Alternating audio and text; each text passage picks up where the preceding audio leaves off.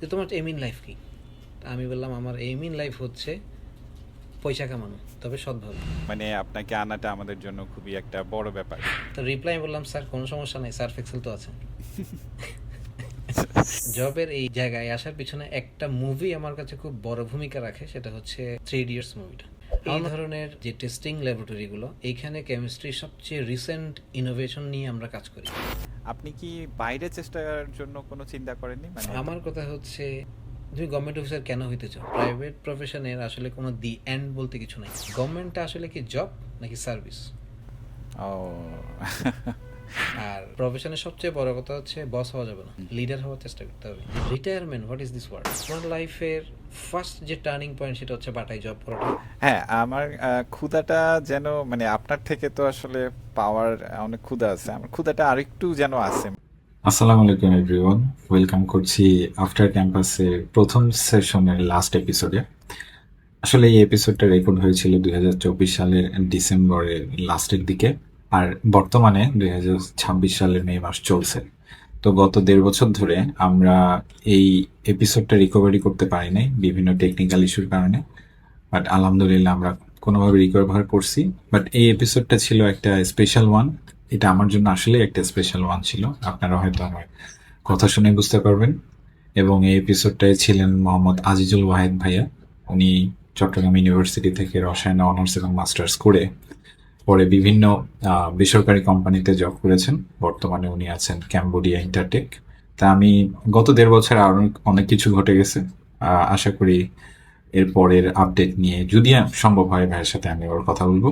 But আগের ভিডিওটা আমি আসলে মিস করতে চাই না, তাই আপনাদের সাথে শেয়ার করতে পেরে আমার নিজেরই ভালো লাগছে। চলুন ভিডিওটা দেখা যাক। Thank you. ভাইয়া আসসালামু আলাইকুম। আপনাকে আমাদের এই পডকাস্টে আমন্ত্রণ জানাচ্ছি। আপনাকে আসলে এই পডকাস্টে আনার জন্য আমার বলতে পারেন একটা স্বপ্নই ছিল। তা আজকে আমার এই স্বপ্নটা বলতে পারেন পূরণ হয়েছে। তো ওয়েলকাম টু আওয়ার শো। আপনার কেমন লাগতেছে ভাইয়া? ওয়ালাইকুম আসসালাম, ধন্যবাদ তাইফ। আমার মতো খুবই নগণ্য একজন মানুষকে তোর শোতে আনার জন্য, মানে আমি আসলে চিন্তা করিনি কখনো এরকম অনিয়ারে মানে কথা বলবো। বেসিক্যালি কখনো কথা বলা হয়ও নাই, ফার্স্ট টাইম বলা চলে। তো খুবই ভালো লাগতেছে। আর সবচেয়ে ভালো লাগতেছে হচ্ছে পুরাতন সতীর্থ, পুরাতন ছোট ভাই, এবং ইউনিভার্সিটি ছাড়লাম 2012 সালে, এখন 2025 সাল, 13 বছর পরে আবার সেই ইউনিভার্সিটির স্মৃতিচারণ। জি ভালোই, অন্যরকম অনুভূতি। জি ভাইয়া, থ্যাংক ইউ। আসলে আপনাকে পেয়ে আমারও আসলে অনেক ভালো লাগতেছে। প্লাস যেটা বললেন যে আপনার সাথে কাজ করার যে অভিজ্ঞতাটা, সেটা আসলে মানে আমার লাইফে one of the turning point. এবং আমি না, আমার মানে বেচের যারা আছে প্লাস হচ্ছে যারা ছোট ভাই, মানে তারা আপনাকে যে কি মনে করে সেটা তাদের মুখ থেকে অলরেডি আমার এই পডকাস্টে আসছে, নোমান আসছিল, সে তো বলে গেছে যে আপনার ব্যাপারে যদি শুনে থাকেন। তো এই জন্য মানে আপনাকে আনাটা আমাদের জন্য খুবই একটা বড় ব্যাপার। তো তো শুরু করি। আসলে হচ্ছে ভাইয়া, আপনি তো বললেন যে 12 সালে আপনি শেষ করেছেন। টেস্ট শুরুর জার্নিটা কিভাবে হলো? অর্থাৎ আপনি সেই সায়েন্স থেকে শুরু করতে পারেন। আপনি কি সায়েন্স ইচ্ছা করে নিয়েছেন? তারপর হচ্ছে অনার্স ইয়াতে আপনি যখন এইচএসসিতে আসলেন তখন কিভাবে হলো? আপনার টার্গেট কোনটা ছিল? এরপরে আপনি ভার্সিটিতে কিভাবে আসলেন? ভর্তি পরীক্ষা কোথায় কোথায় দিয়েছেন? তো এই গল্পটা একটু জাস্ট জার্নিটা আমরা জানতে চাই আর কি, কারণ কখনো শোনা হয়নি। জি ধন্যবাদ তাইফ। যদি একদম শুরু থেকেই শুরু করি, তাহলে বিষয় হচ্ছে আমাদের বাংলাদেশের আমাদের সময়কার যে শিক্ষা ব্যবস্থা, সেই শিক্ষা ব্যবস্থায় আসলে আমরা সায়েন্স নিব বা কমার্স নিব আবার আর্টস নিব, এটা অনেকটা পূর্ব নির্ধারিতই বলা চলে। যে পড়াশোনায় যদি একটু ভালো হয় তাহলে সায়েন্স তোমাকে নিতেই হবে, জি তুমি বাঁচো মরো কোনো ছাড় নাই, সায়েন্স তোমাকে নিতে হবে, বলা চলে অনেকটা ওই রকমই। ও এসএসসি রেজাল্ট সোফার ভালোই ছিল, হয়তো এ প্লাস ছিল না, বাট আমাদের সময়ে আমাদের পুরো স্কুল থেকে এ প্লাস ছিল শুধুমাত্র একজন। সো আমাদের রেজাল্ট সেই হিসাবে ভালোই ছিল। জি তো এসএসসিতে ভালো রেজাল্ট করার পরে আমাদের সময় তো আবার হচ্ছে ভর্তি পরীক্ষা ছিল, কোনো হচ্ছে মার্কস দিয়ে কলেজের ভর্তি ছিল না। জি তো ভর্তি পরীক্ষায় সিটি কলেজে আসলাম, সায়েন্স পাইলাম। তো সায়েন্স যেহেতু পাইছি, কমার্সে যাওয়ার কোনো উপায় ছিল না এক। আর আমি আসলে ব্যক্তিগতভাবে সায়েন্স থেকে খুব পছন্দ করতাম, প্রেফার করতাম। যে কারণে সায়েন্সেই পড়া। বাট এইচএসসি রেজাল্টটা অত বেশি ভালো ছিল না।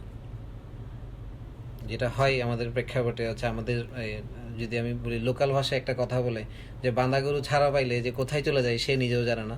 হ্যাঁ তো স্কুল থেকে কলেজ জীবন এটা একটা বিশাল পরিবর্তন, বিশেষ করে ছেলেদের জন্য। তো এই পরিবর্তনে আমরাও হারাই গেছিলাম, বাট অনেক কষ্টে শেষ পর্যন্ত ধরে রেখে কোনো রকম পাশ করে কলেজ জীবন শেষ করা। আর এরপরে হচ্ছে সেই ভর্তি যুদ্ধ, বিশ্ববিদ্যালয়ে ভর্তি যুদ্ধ। আর এখানে একটু বলে রাখি, আমি হচ্ছে আমার প্রথমবার আমার বিশ্ববিদ্যালয়ে আসে নাই কারণ হচ্ছে আমার খুব বড় একটা অসুখ ছিল প্রায় দীর্ঘ 8 মাস, যে কারণে আমি আসলে কমপ্লিট করতেও পারিনি। তো সেকেন্ড টাইম হচ্ছে আমার ইউনিভার্সিটিতে ভর্তি পরীক্ষা দেওয়া, এবং সেকেন্ড টাইম ভর্তি পরীক্ষায় আমার প্রথম সাবজেক্ট ছিল হচ্ছে রয়্যাল সাবজেক্ট ফিজিক্স। আচ্ছা বাট আমাদের আসলে ফ্যামিলিতে আমার এক বড় ভাই ছিল, সাব্বির ভাই। আমরা সবাই ওনাকে খুবই অনার করি, কাইন্ড অফ গুরুই মানি, বিশেষ করে পড়াশোনা রিলেটেড। তো উনি ছিল চট্টগ্রাম বিশ্ববিদ্যালয়ের রসায়নের ছাত্র।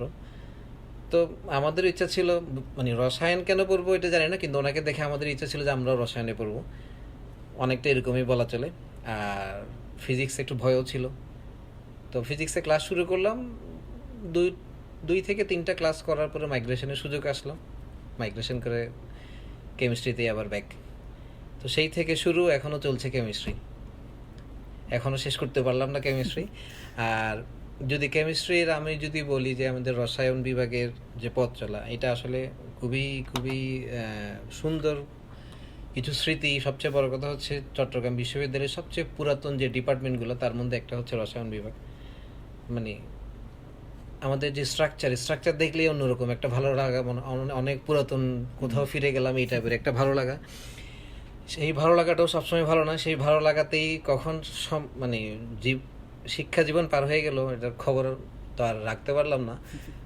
শেষের দিকে এসে মনে হলো এখন তো মনে হয় কিছু চিন্তা করা দরকার। জি তখন অলরেডি মাস্টার্সের সময় চলে আসছে। তো এভাবেই চলা।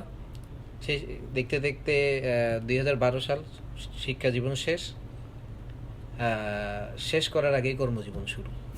আচ্ছা এই তো এইখানে আমি যদি একটু বলি, 12 সালে মাস্টার্সে আমার যখন অর্গানিকের প্র্যাকটিক্যাল ক্লাস, আমাদের প্র্যাকটিক্যাল পরীক্ষা মানে চলে, আমার মনে পড়ে হচ্ছে সেপ্টেম্বরের 5 তারিখ আমাদের অর্গানিকের প্র্যাকটিক্যাল ক্লাস ছিল। ওই দিন আমার বিএসআরএম এর একটা ভাইবা ছিল, ফাইনাল ভাইবা।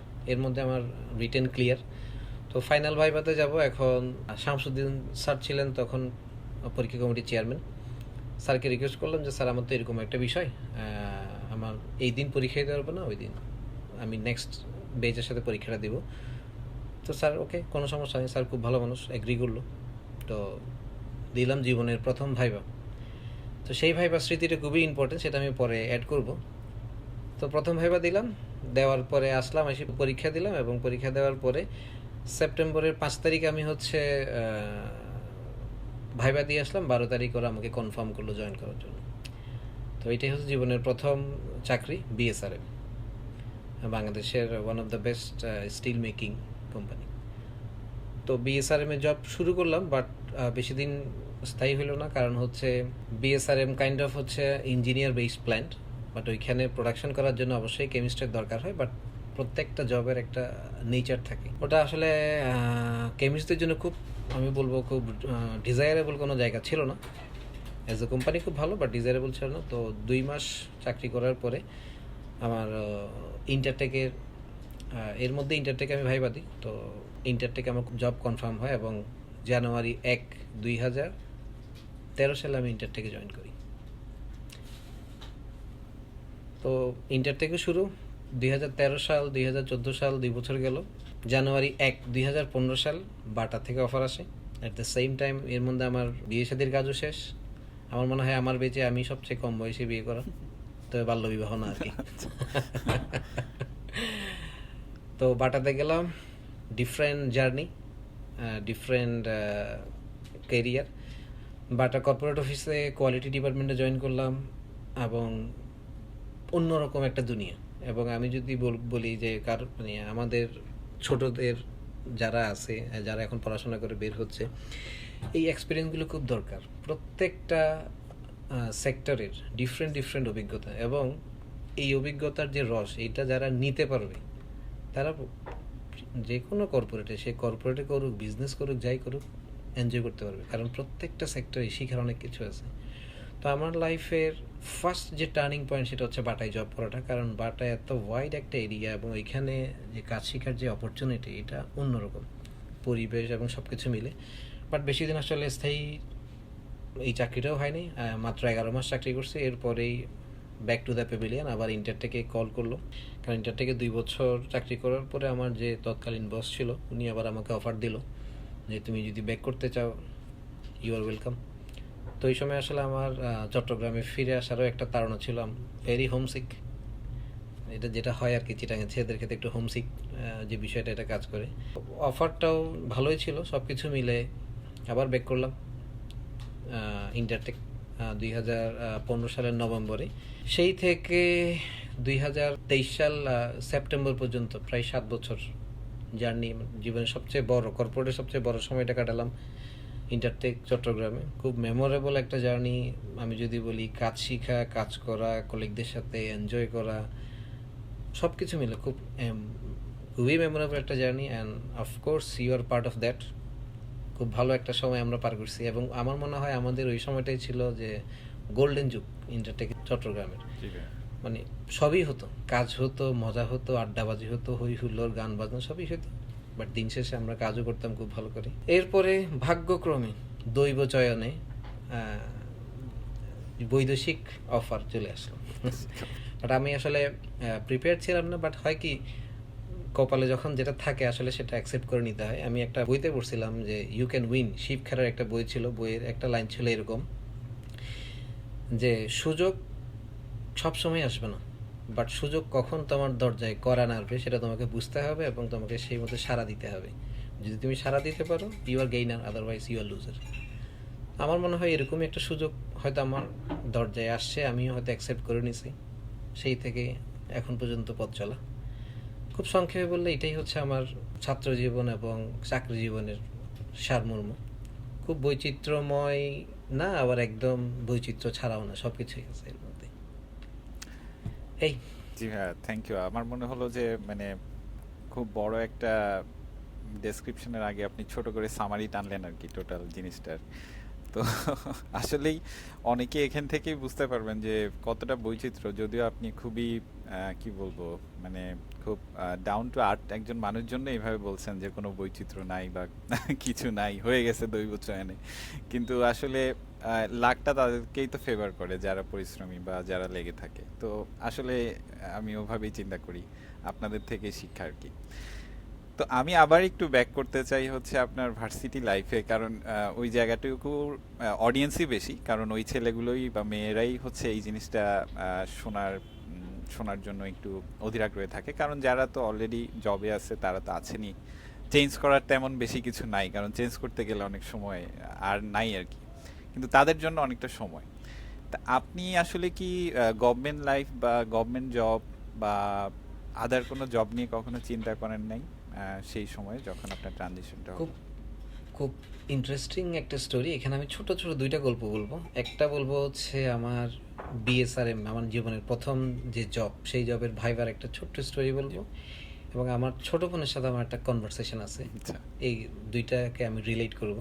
প্রথম কথা হচ্ছে বিএসআরএম এ আমার যে ফার্স্ট জব ইন্টারভিউটা, আমার মনে পড়ে আমার যে ফার্স্ট ভাইবার, ওই ফার্স্ট ভাইবাতে 8 জন কর্তা ব্যক্তি আমার সামনে বসে আছে, head of production, head of HR, head of maintenance, অনেক। তো আমরা হচ্ছে একদম ফ্রেশ গ্রাজুয়েট জয়েন করলাম। আমার মনে পড়ে আমি সাদা শার্ট সাথে blue tie with totally formal get up join করার পরে আমাকে প্রথম ইন্ট্রোডিউস ইউরসেলফ, গলা তো একদমই আটকে গেল। কোনোরকম সামাল দিয়ে 2-4 লাইন ইংলিশে বলার পরে আমাকে ওরা অফার করলো তুমি বাংলাতেই বলতে পারবে, কোনো সমস্যা নেই। তো বলা শুরু করলাম। শুরু করার একটা পর্যায়ে ফার্স্ট যে ভাইভাতে যে মেন্টাল যে গেমগুলো হয়, ফার্স্ট ছিল হচ্ছে যে মিস্টার ওয়াহেদ আপনি কি আমাদের ফ্যাক্টরি দেখেছেন? আমি হ্যাঁ দেখেছি স্যার। আচ্ছা, আপনি যে সাদা শার্টটা পরে এসেছেন, আমার মনে হয় আপনি যদি ফ্যাক্টরির বারান্দায় একবার হেঁটে বাসায় যান, এই সাদা শার্ট আর সাদা শার্ট থাকবে না। তো প্রশ্নটা ছিল এরকমই, কারণ ওটা যে প্রশ্নকর্তা তার মানে ভাবটা হচ্ছে এরকম যে আমাদের জব নেচারটা হচ্ছে একটু ডার্টি টাইপের, ধুলাবালি টেম্পারেচার অনেক হয়। তো তো রিপ্লাই বললাম, স্যার কোনো সমস্যা নেই, সার্ফ এক্সেল তো আছে।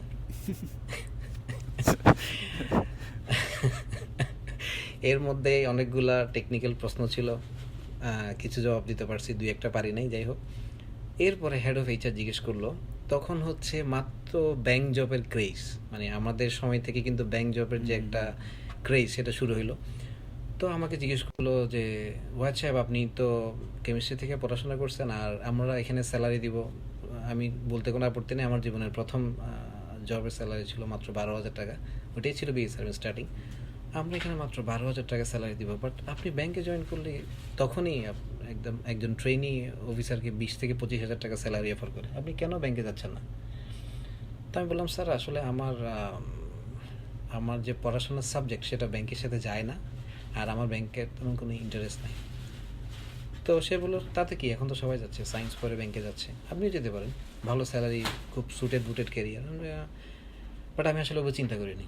ওকে, আবার টেকনিক্যাল কোয়েশ্চেন ঘুরে আবার, আর নেক্সট সম্ভবত প্রোডাকশন জিএম ছিল, বলে ধরুন আপনার সিলেক্ট করলাম, ঠিক 2 থেকে 3 মাস পরে আপনাকে ব্যাংক থেকে অফার করলো 25,000 টাকা বেতন, আপনি কি যাবেন?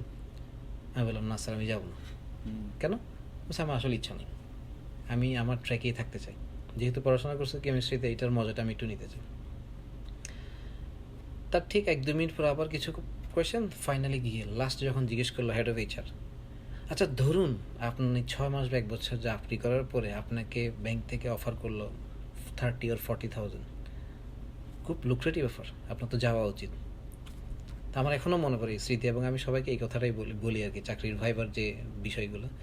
আমি তখন একটু রিল্যাক্স ছিলাম, সোজা হয়ে বসে বললাম, উনি ছিল ম্যাডাম, ম্যাডাম আমার যদি এই চাকরিটা নাও হয়, আমি ব্যাংকে জব করবো না, this is final, that's it, শেষ, আর কোনো প্রশ্ন নাই। বলছে ঠিক আছে, আপনি আজকে আসেন, আপনাকে পরে জানাবো। পরে জব কনফার্ম হলো। এবার আসি নেক্সট যে স্টোরি, সেটা হচ্ছে আমার ছোটো বোন আমাকে একটা কথা জিজ্ঞেস করলো যে, ভাইয়া এটা রিসেন্ট, ভেরি রিসেন্ট, যে তোমার এম ইন লাইফ কী? আমি বললাম, আমার এম ইন লাইফ হচ্ছে পয়সা কামানো, তবে সৎভাবে। আচ্ছা। সো এটা বলার উদ্দেশ্যে এই কারণেই আমার আসলে গভর্নমেন্ট জবের প্রতি কোনো ইচ্ছা কখনোই ছিল না। একটা জবের প্রতি আমার খুব ইচ্ছা ছিল, এটা আমার ফ্যাসিনেশন ছিল, সেটা হচ্ছে ডিফেন্স। আমি 3 বার আইএসএসবি ফেস করছি, বাট সামহাও হয় নাই, because I am not fit maybe. But এটা আমার খুবই ইচ্ছা ছিল। বাট যদিও ডিফেন্সের জবটা government job, but not directly government job, because defence আসলে জব না, ডিফেন্স হচ্ছে একটা লাইফ, টোটালি সেপারেট একটা লাইফ। খুব ফ্যাসিনেশন ছিল, বাট হয় নাই, এটার প্রতি কোনো আফসোসও নেই, হয়তো আমি ফিট নাই জন্য, এটাই একমাত্র ফ্যাসিনেশন। বাট এটা ছাড়া আমার আর তেমন কখনোই আমার গভর্নমেন্ট জবের ফ্যাসিনেশন, বিসিএস এক্সেট্রা এক্সেট্রা কখনোই ছিল না। আচ্ছা, ছোট বোন এখানে আপনাকে আমি এই আরেকটা প্রশ্নটা জিনিস জিজ্ঞেস একটু করেছে। একটু আচ্ছা, একটু বলি, সেটা হচ্ছে আমাদের যারা তরুণ প্রজন্ম এখন যারা পড়াশোনা করে বের হচ্ছে, আমি যদি তাদের জন্য একটা প্রশ্ন রাখি যে তোমার কেরিয়ারের টার্গেট কি, অনেকে বলবে আমি গভর্নমেন্ট অফিসার হইতে চাই বা এই হইতে চাই। তো আমার কথা হচ্ছে, তুমি গভর্নমেন্ট অফিসার কেন হইতে চাও? এই প্রশ্নের উত্তর যদি কেউ ঠিক মতো দিতে পারে, তাহলে আমি বলবো তার গভর্নমেন্ট জব করা উচিত। আদারওয়াইজ, বিকজ আমি জানি মানুষের বর্তমান সাইকোলজি, যদি কারোর টাকা কামানোটা উদ্দেশ্য হয়, তাহলে আমি বলবো গভর্নমেন্ট জব না করে প্রাইভেট জব করাটা। কারণ প্রাইভেট জবে প্রেশার আছে, কিন্তু অ্যাজ ওয়েল এস যে গ্রোথ রিমার্কেবল। কেউ যদি চায় আমি কর্পোরেট ওয়ার্ল্ডে গ্রো করব, অথবা আমার একটা হ্যান্ডসাম স্যালারি দরকার, আমার একটা স্ট্যান্ডার্ড লাইফ দরকার, আমি বলবো অবশ্যই যাদের এই ধরনের ইচ্ছা থাকে, হ্যাঁ আমি বলবো না যে তুমি গভর্নমেন্ট জন্য ট্রাই করো, তোমার যদি দেশ গঠনের ইচ্ছা থাকে, দেশের জন্য কিছু করার ইচ্ছা থাকে, অবশ্যই তুমি গভর্নমেন্ট জব করো। আদারওয়াইজ আমি ওই দিকে যাচ্ছি না। যদি ওই টেন্ডেন্সি, ওই ধরনের মানসিকতা থাকে, আমি বলবো ডেফিনেট, কারণ প্রাইভেট জবে কেউ যদি ডেডিকেটেডলি কাজ করে, মানে পয়সা কামানো বা ভালো একটা স্যালারি পাওয়া, এটা কোনো ম্যাটারই না, Right. All about dedication. ওই যে ভাইয়া একটা জিনিসই থাকে আসলে, সবাই তো মনে করেন মানে আফটার 45 আমি কি আসলে সেম ডেলিভারি দিব কিনা, তখন তো গভর্নমেন্ট জব করলে মনে করেন প্রবলেমটা হয় না আর কি, মানে হু চলতে থাকে। নোজ যে আফটার 45 তুমি বাঁচবা কিনা। সেটা ঠিক আছে, মানে ইন জেনারেল আর কি, মানে আমি চিন্তাটা ওইভাবেই বলছি। Exactly that is the point. আর একটা বিষয় আমি বলি, আমি তোর শোতে আমি আগেও দেখছি, নোমানের কথাও আমি শুনছি, একটা জিনিস, জীবনটাই হচ্ছে পুরোটা একটা হচ্ছে গতিময় জীবন। মানে জীবনে আসলে রিটায়ারমেন্ট হওয়ার কোনো সুযোগ নেই। আফটার 45 আমি কেন পারবো না? What is the reason? এটা হচ্ছে আমার মানসিক, আমার না, আমি বলবো আমাদের মানসিক সমস্যা। স্যার ডক্টর ইউনুস একটা কথা খুব রিসেন্টলি বলছিল যে retirement, what is this word? Retirement ওয়ার্ডটাকেই ডিকশনারি থেকে বের করে দিতে হবে। এবং ট্রুলি আমি আমি এখানে আসার পর আমি যেটা দেখতেছি সেটা হচ্ছে কি, এইখানে বাংলাদেশে আমরা যখন ইন্টার থেকে জব করতাম, ইন্স্যুরেন্স ছিল, ফ্যামিলি ইন্স্যুরেন্স, হাজব্যান্ড ওয়াইফ। এখানে সিঙ্গেল ইন্স্যুরেন্স, কারণ এখানে হাজব্যান্ডও জব করে, ওয়াইফও জব করে, সো দুজনে ইন্স্যুরেন্স পাচ্ছে। প্রত্যেকটা মানুষ এখানে কাজ করে খায়, এবং সবচেয়ে বড় বিষয় হচ্ছে এখানে কাজের কোনো ছোট এবং বড় নেই। হাজব্যান্ড খুব বড় অফিসার, ওয়াইফ দেখা যাচ্ছে ছোট একটা ফুডকার্টে বিজনেস করতেছে। দিন শেষে হাজব্যান্ড যাওয়ার সময় ওয়াইফকে গাড়িতে উঠে নিয়ে যাচ্ছে। অথবা উল্টাটাও আমি দেখছি এখানে, যেটা আমি দেখছি ওয়াইফ খুবই বড় একজন অফিসার, খুব ভালো হাই হ্যান্ডসাম স্যালারি, প্রাডও চালায়, বাট হাজব্যান্ড কোনো একটা ছোট একটা কফি শপ চালায়। দিন শেষে ওয়াইফ যাওয়ার সময় হাজব্যান্ডকে পিক করে নিচ্ছে। এটা এটা ম্যাটার করে না যে আমি আসলে কী কাজ করি, এখানে এরা ম্যাটার করে আমি একজন মানুষ, এবং দিন শেষে এরা খুবই এনজয় করে লাইফটা। এটাই হওয়া উচিত। আর ওই যে 45-এর পরে একটা বিশাল পেনশন পাবো, আমাদের ওই আন্দরকিল্লা জমা মসজিদের খতিব সাহেব একটা খুব সুন্দর কথা বলতো যে জোয়ান বয়সের যে ইবাদত সেটা আল্লাহর কাছে খুবই প্রিয়, বুড়া বয়সের ইবাদত প্রিয় না। এখন 45-এর পরে তোমার কোটি টাকা থাকলেও আমি ওয়াহেদ অথবা তুমি তাইফ দাঁতের অভাবে খাওয়াটা খেতে পারবো না। রাইট। সো আমার মনে হয় এই চিন্তা থেকে আমাদের বের হয়ে আসা উচিত। হ্যাঁ ভাইয়া, আমার মনে হয় ছোট ভাই বোনরা একটা ক্লিয়ার ধারণা পাবে। মানে গভর্নমেন্ট জব তো আমরা বুঝলাম, হ্যাঁ কারো হয়তো চয়েস থাকতে পারে দেশকে এগিয়ে নেওয়ার জন্য। তো আপনি কি বাইরে চেষ্টার জন্য কোনো চিন্তা করেননি? মানে তখন কি জিআরই বা আইএলটিএস দিয়ে বাইরে যাওয়ার জন্য কোনো ধরনের চিন্তা মাথায় আসেনি আপনার? আমি আমাদের আজকের অনুষ্ঠানের শুরুতে একটা কথা বলছিলাম, সেটা হচ্ছে আমার দেশের বাইরে যাওয়া নিয়ে আমার আসলে কখনোই প্ল্যান ছিল না, বাট আমার সুযোগ ছিল। আমার আপন চাচা হচ্ছে সুইডেনে সেটেলড, উনি ওখানকার পাসপোর্টধারী। উনি আমাকে অনার্সের পর থেকেই স্টিল এখনও পুশ করে যে যেহেতু আমি আছি, তোর একটা স্ট্রং ব্যাকআপ হিসেবে আমি থাকবো সবসময়, তোর কোনো কিছু নিয়ে চিন্তা করা লাগবে না, তোর শুধু ডকুমেন্টপত্র যা যা করা দরকার করে এখানে চলে আয়, স্টুডেন্ট ভিসায় আয়, পড়াশোনা কর, তারপরে সেটেল হয়েছে। আমি একটা কথা বললাম যে আমার দেশে তো আমি খারাপ নেই, তো আমি কেন আসলে বাইরে যাব? যদি আমি দেশে খারাপ থাকতাম অথবা দেশে আমার করার মতো কিছু না থাকতো, তাহলে আমি হয়তো চিন্তা করতাম। এখন হয়তো বলতে, তাহলে এখন কেন গেছেন? আমি এখন গেছি হচ্ছে দেশে ফিরে আসার জন্য, নট থাকার জন্য। আর এখন যেটা আসছে সেটা হচ্ছে আমার সেম জবের একটা ট্র্যাক থেকে একটা ট্র্যাকে আসলাম, ডিফারেন্ট অভিজ্ঞতা, এবং একটা অ্যাট দ্য সেম টাইম আমি কিন্তু এখন রেমিটেন্স যোদ্ধা। Just joking. না, এটা যাই হোক, এটা তো এটা সত্যি তো। এটাই ডলার ইনকাম দেশের করতেছেন। বাইরে আসলে, হ্যাঁ, দেশের বাইরে আসলে আমাকে কখনোই টানে নাই। আর ওই যেটা বললাম একটু হোমসিক, ফ্যামিলির প্রতি সবসময় একটা দায়বদ্ধতা আমার সবসময় ছিল, এখনও আছে। তো সব কিছু চিন্তা করে আসলে আমি দেশের বাইরে কখনো চিন্তা করিনি, ভবিষ্যতেও নাই আর কি। আচ্ছা। তবে আমি এটা এটা আমি ডিসকারেজ করব না, যদি কারো ইচ্ছা থাকে যে হ্যাঁ সে হায়ার স্টাডিজ করবে, গবেষণা করবে, অথবা ভালো চাকরি বাকরির অফার নিয়ে দেশের বাইরে যাবে, অবশ্যই যাওয়া উচিত। তবে অবশ্যই দেশের প্রতি একটা দায়বদ্ধতা সবাই থাকা উচিত। রিসেন্ট আমাদের যে জেনারেশন, আমরা সবাই দেখি যে দেশের প্রতি খুব বিরক্তি থেকে দেশ ছাড়ে। আমি যদি বলি কোন দেশে সমস্যা নাই, হ্যাঁ আমাদের দেশে হয়তো একটু বেশি, ট্রু, ডেফিনেটলি ট্রু, সমস্যা বেশি, কিন্তু এই সমস্যার সমাধান তো আমাদেরকেই করতে হবে। এখন আমি যদি ফিল্ড ছেড়ে দিয়ে দেশের বাইরে চলে যাই, তাহলে ওই সমস্যার কি সমাধান হবে? আমার পরের জেনারেশন, হয়তো আমি আমার হাজব্যান্ড ওয়াইফ নিয়ে আসি, ভালো থাকবো, বাট আদার্স যারা আছে, আমার যারা ভাই বোন আছে, অথবা আমার যারা ছোট ভাই বোন ইউনিভার্সিটিতে আছে, আমার যারা ফলোয়ার আছে, তাদের জন্য আমার তাহলে ইনিশিয়েটিভটা কী থাকবে?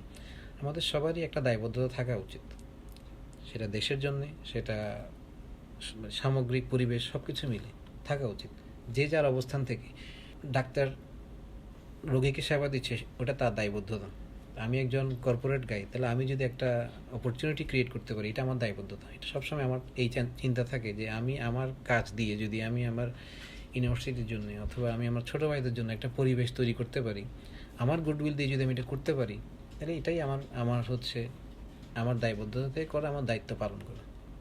তো ভাইয়া আমার যে আরেকটা জিনিস যেটা আপনি আমার মাথায় আসছে সেটা হচ্ছে আপনি বলছিলেন যে আপনার শিক্ষকতা জীবনে যে এসএসসির পরে আপনি খুব ভালো একটা মানে ফ্লাইং মুডে যে এইচএসসিতে ঢুকলেন তখন একটু খারাপ মানে আপনার ভাষায় হুম আপনার হুম হুম আশানুরূপ রেজাল্ট না করে আবার ভার্সিটিতে আসলেন।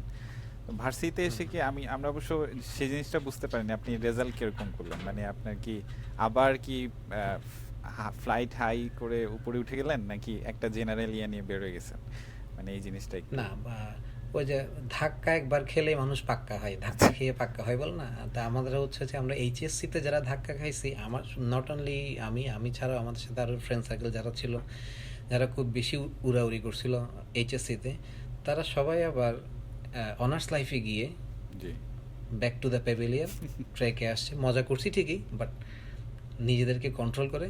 তো সেই ক্ষেত্রে মোটামুটি ফার্স্ট ইয়ার একটু ব্যাকফুটে ছিলাম, but second year third year honours এবং মাস্টার্সে রিকভার করে নিয়ে মোটামুটি একটা স্ট্যান্ডার্ড লাইফে ব্যাক করতে পারছি। মানে নো ইয়ার লস, নো ব্যাকলগ আর নাথিং। আচ্ছা হ্যাঁ ওটাই তো ব্যাকলগ নাই বাট এটাই বাট হচ্ছে সবচেয়ে বড় বাট ব্যাপার। ফার্স্ট ইয়ারে আমার মনে পড়ে এখনো আমার তিনটা ইমপ্রুভমেন্ট ছিল, ওই তিনটা ইমপ্রুভমেন্টও দিই নাই। স্পেশালি কোনো স্যারের কথা কি আপনি বলবেন আমরা কখনো অবশ্য জিজ্ঞেস করিনি আপনাকে। যদি স্যারের কথা বলতে হয়, আমি একজন স্যারের কথা সারা জীবন বলবো। আমার যতদিন সেন্স থাকবে, আমার স্কুলের একজন স্যারের কথা আমি অবশ্যই বলবো। কারণ ইউনিভার্সিটিতে আসলে স্যারদের সাথে খুবই সম্মান করতাম, বাট অত বেশি ইন্টিমেসি বা ছিল না। বাট আমার স্কুলের আমি মুসলিম হাই স্কুলের ছাত্র, আচ্ছা চট্টগ্রাম সরকারি মুসলিম উচ্চ বিদ্যালয়ের ছাত্র। আমাদের স্কুলের একজন স্যার ছিল শ্রদ্ধেয় মহসিন আলী খান। আমার মনে হয় এই ধরনের স্যার থাকা উচিত সব প্রতিষ্ঠানে, সব ডিপার্টমেন্টে। কারণ আমরা শিক্ষক বলতে বুঝি কি, শিক্ষকদের দুইটা জিনিস, একটা হচ্ছে তার প্রফেশন, যেটা সে মানে পড়ানোর যে যে বিষয়টা সেটা প্রফেশন, আর একটা হচ্ছে নৈতিকতা। আমি পার্সোনালি ওনার কাছে আমি ক্লাস 9 এবং 10 এই দুই দুই বছর মানে ওনার কাছে পড়ছি। উনি হচ্ছে আমাদেরকে ব্যাকরণ পড়াইতো, ইংলিশ এবং বাংলা দুইটাই, আর অন্যান্য সাবজেক্টও পড়াইতো।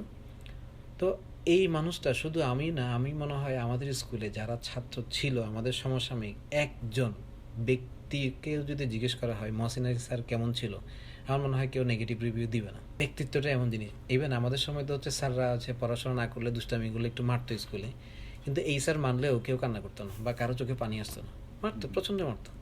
কিন্তু সবাই বিশ্বাস করতে উনি যে মারতেছে তার মানে এখানে কোনো পার্সিয়ালিটি নেই, আচ্ছা হুম আমার ভুলের জন্যই আমি আমি মাইন্ডটা খেলাম। তো ওনার কথা কেনই বলা, ওনার একটা কথা আমার মানে আমি সবসময় বলি, আমার পরিবারেও বলি, আমি নিজেও বিলিভ করি, সেটা হচ্ছে রুকে কখনো কষ্ট দিবি না।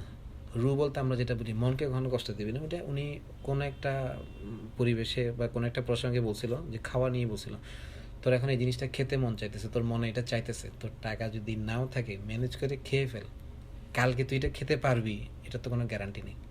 বিষয়টা হচ্ছে এরকম যে যা করবা নিজের রুহের জন্য করো।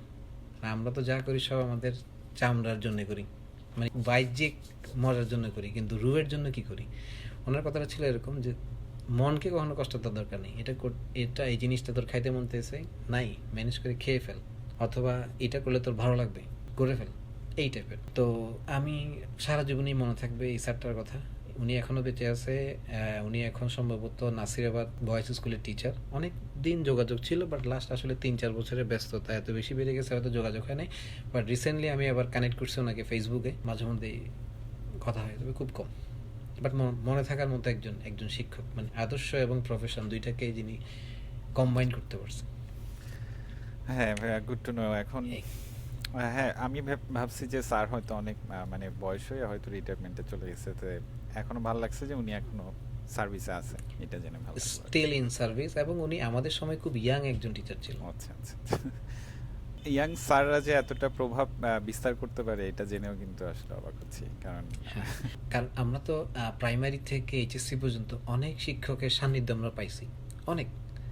কিন্তু স্পেশালি ওনার কথা কেন মনে আছে, কারণ হচ্ছে ওই যে একটা জিনিস স্টিভ জবস একটা কথা বলছিল আর কি, যে যদি এটার সাথে রিলেট করে না, বাট কথাটা খুব ইম্পর্টেন্ট। স্টিভ জবস যখন মৃত্যু সজ্জায় তখন সে একটা কথা বলছিল, আমার জীবনে যে অর্জন লিখে শেষ করা যাবে না, এত অর্জন আমার আছে। কিন্তু আজকে রোগ সজ্জায় বসে আমার শুধু একটা কথাই মনে আছে, সেটা হচ্ছে আমার পরিবারের সাথে কাটানো ভালো মুহূর্তগুলো, বাকি আর কিছু আমার মনে নেই।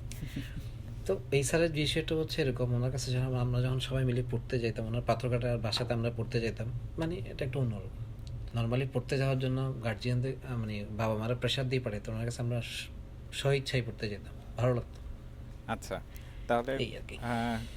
জি ভাই, আপনার লাইফে সবচাইতে ভালো স্যারের কথা আমরা জানলাম। তো আপনার মধ্যে আমার যদি নেক্সট কোয়েশ্চেন আসে যে প্রফেশনালিজমটা আসলে বিল্ড হলো কিভাবে, এটা কি ইনবিল্ড আসলো? আমার আসলে প্রশ্নর এটাই ছিল, আপনি যে ইন্টারের পরে নিজেকে আবার ফিরে পেলেন ইয়াতে ভার্সিটি লাইফে, সেই ফিরে পাওয়াতে কি আপনি কোনো রুটিন মেনটেন করছেন কিনা, এবং সেই রুটিনে আপনি নিজেকে এমনভাবে প্রফেশনালিজমে ঢুকাই ফেলছেন যেটা আমি আপনাকে চিনি, হয়তো কেউ অতটা রিলেট করতে পারবে না প্রফেশনালিজমটা কি, কারণ ছোট ভাই বোনরা কিভাবে আসলে এই জিনিসটা আয়ত্ত করবে এটা মানে করতে করতে শিখবে। বাট আপনি কি শুরু থেকেই নিয়ে আসছেন, নাকি ওই বাটাতে যে অথবা বিএসআরএম এ যে জিনিসটা অন্যদেরকে দেখে দেখে বুঝছেন যে এটাই প্রফেশনালিজম, বা কাউকে টার্গেট করছিলেন কিনা?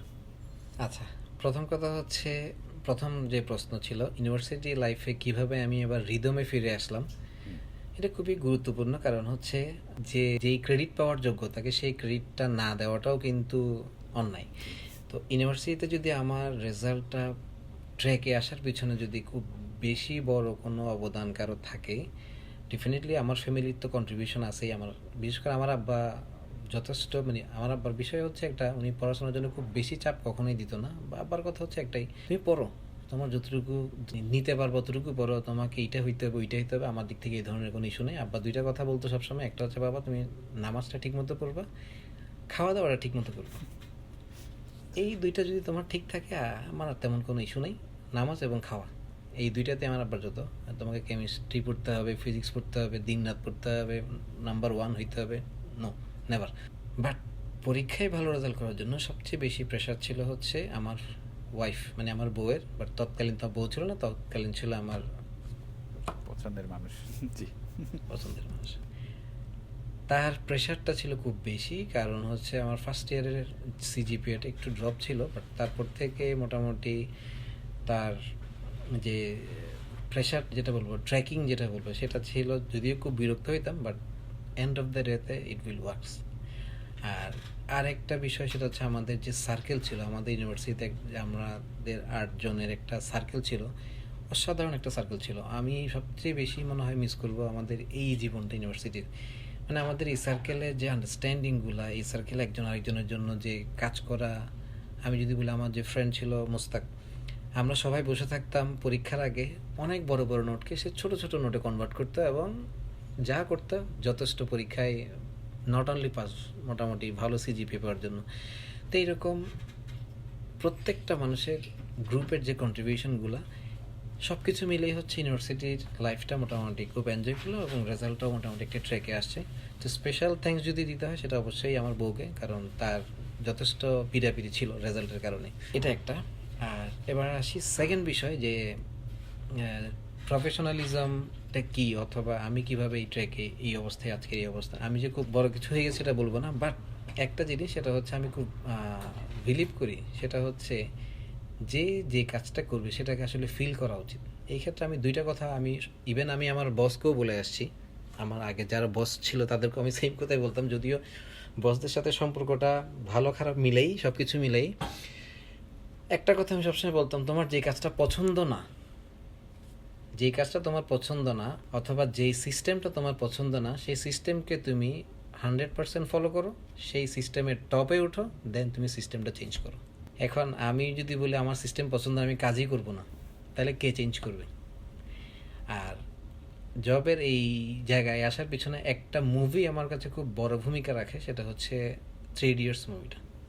আমার মনে হয় এই মুভি দেখার পরে আমার অনেকগুলো কনসেপ্টই আমার চেঞ্জ হয়ে গেছে। পড়াশোনা নিয়ে কনসেপ্ট, জীবন নিয়ে কনসেপ্ট, চাকরি বাকরি নিয়ে কনসেপ্ট।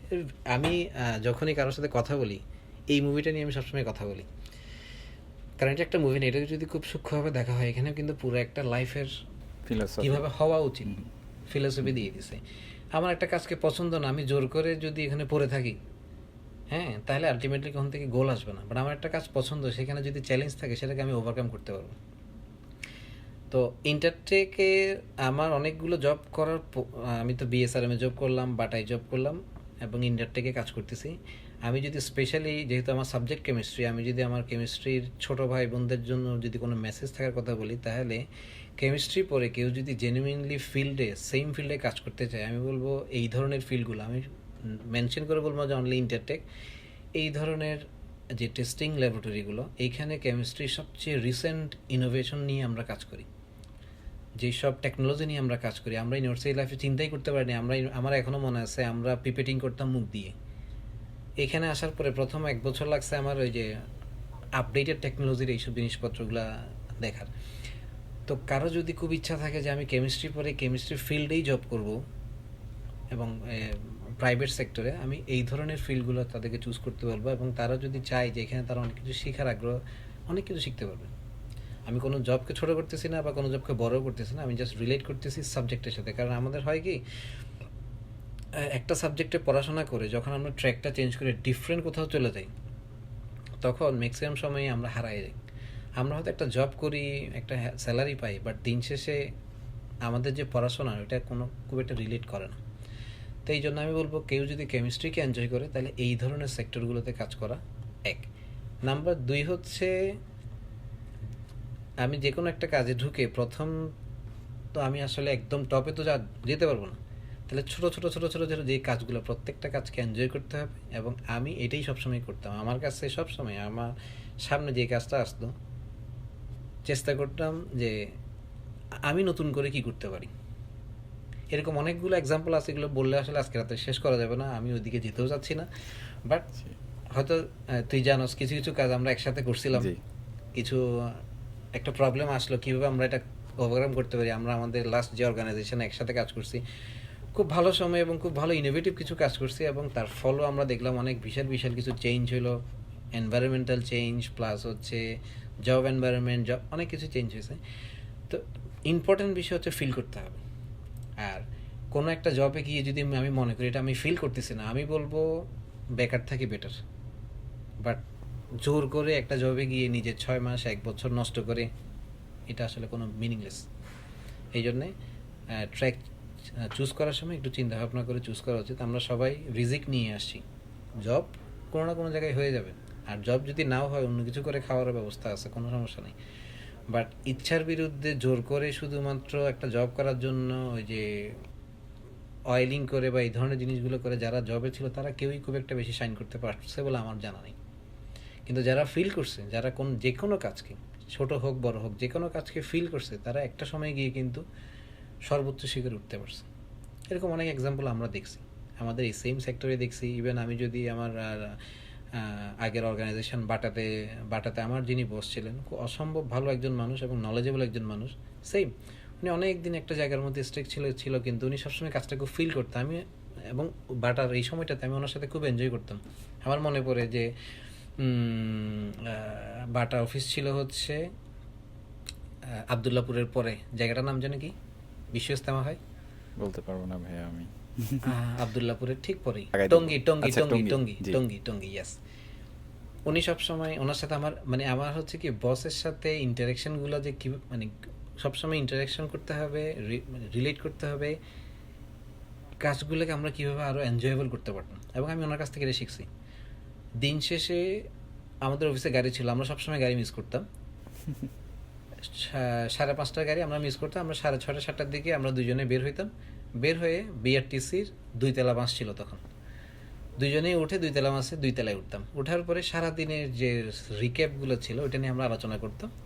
তখন আমাকে বলতো, আমাকে ওয়াহেদ ডাকতো, ওয়াহেদ আমার মনে হয় আমরা এই কাজটা এভাবে করলাম না, একটু ভালো করতে পারবো, মজা হবে। হ্যাঁ ওকে বস, তাহলে কালকেই নেমে পড়ি। এত তাড়াহুড়ো না, দুজো ধরো, আমি তোমাকে ব্যবস্থা করে দিচ্ছি। তাহলে দেখ, সারাদিন কিন্তু উনি যথেষ্ট ব্যস্ত, আমি আমার মতো ব্যস্ত। দিন শেষে জাস্ট টঙ্গী টু খিলক্ষেতের এই জার্নিতে আমাদের নেক্সট দিনের প্ল্যানগুলো হয়ে যাচ্ছে। তাহলে এই যে ইন্টারাকশানগুলো, এগুলো খুব ইম্পর্টেন্ট চাকরিতে বসের সাথে। তো বসের সাথে ইন্টারাকশান 2 রকম আছে, বাট আমি যদি এই ইন্টারাকশানটার কথা বলি, এই ইন্টারাকশানগুলো নিজের ক্যারিয়ারকে আগায় নেওয়ার জন্য খুব ভালো কিছু উপাদান।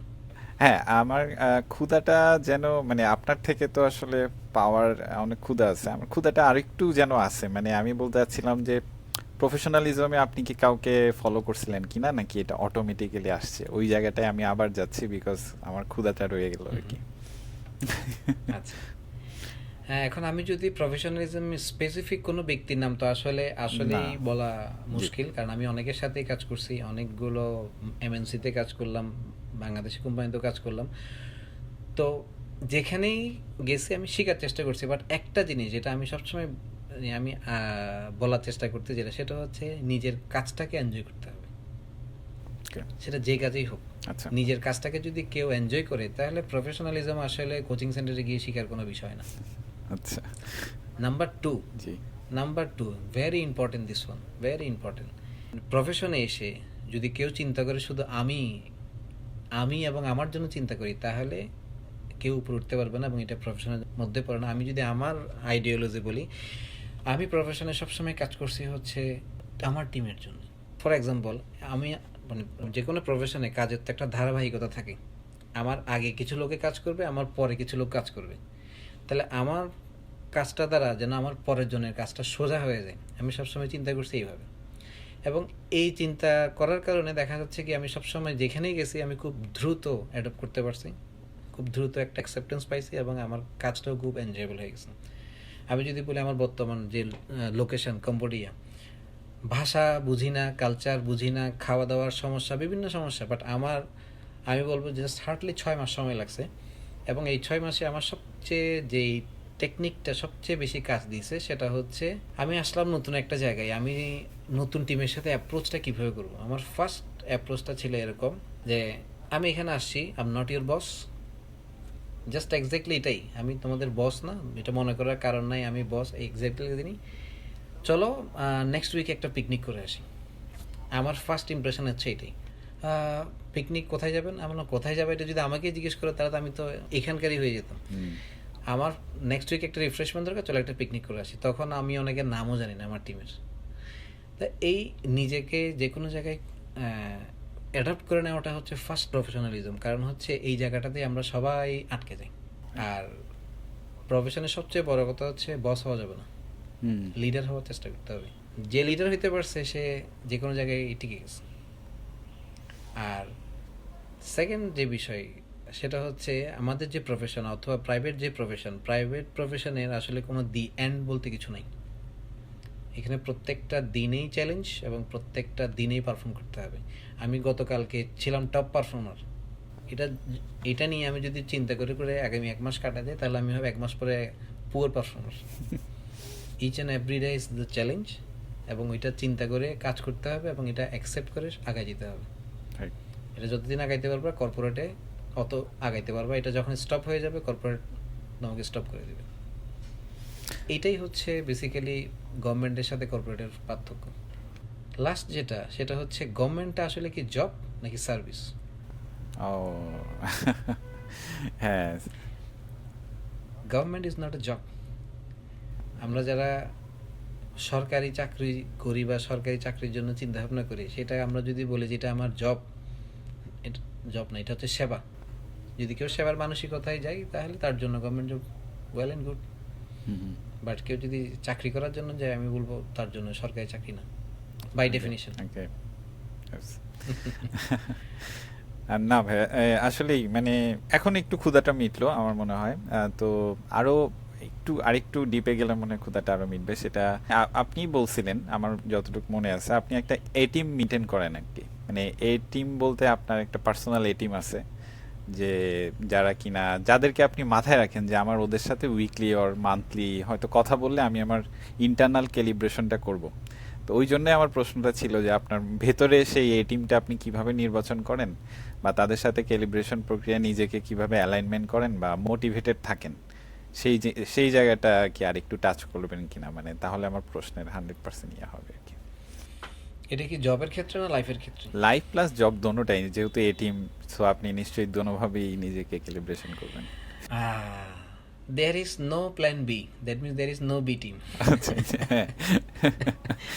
All are A team. যাই হোক, আমি তোর প্রশ্নটা বুঝছি। বিষয়টা হচ্ছে কি, জবে হোক অথবা লাইফে হোক, প্রত্যেকটা মানুষের তো আসলে কিছু কিছু জায়গার আমি বলবো কিছু এনার্জি পয়েন্ট থাকে। ইয়েস। তো আমি যদি লাইফে বলি, আমার সারাদিন পরিশ্রমের পরে আমার এখন 3টা বাচ্চা, আমি তাদের চেহারা দেখলে আমি খুব রিফ্রেশড হয়ে যাই। এটা খুব ইম্পর্টেন্ট। আমরা যদিও আসলে আমি কথা বলতে বলতে অনেক অন্য জায়গায় চলে যাচ্ছি বারবার, সমস্যা তারপরে নেই। একটু জি। বলা দরকার। সেটা হচ্ছে লাইফের চেক অ্যান্ড ব্যালেন্সটা খুব ইম্পর্টেন্ট। আমরা যারা কর্পোরেটে কাজ করি তারা একটা সময় গিয়ে কেন জানি মানে ফ্যামিলিটাকে একটু লেস প্রায়োরিটি দিয়ে দিই, উইলিংলি হোক বা আনউইলিংলি হোক। এবং এই কাজটা যারা করে তারা কিন্তু একটা সময় গিয়ে আবার কর্পোরেট থেকে পিছিয়ে যায়।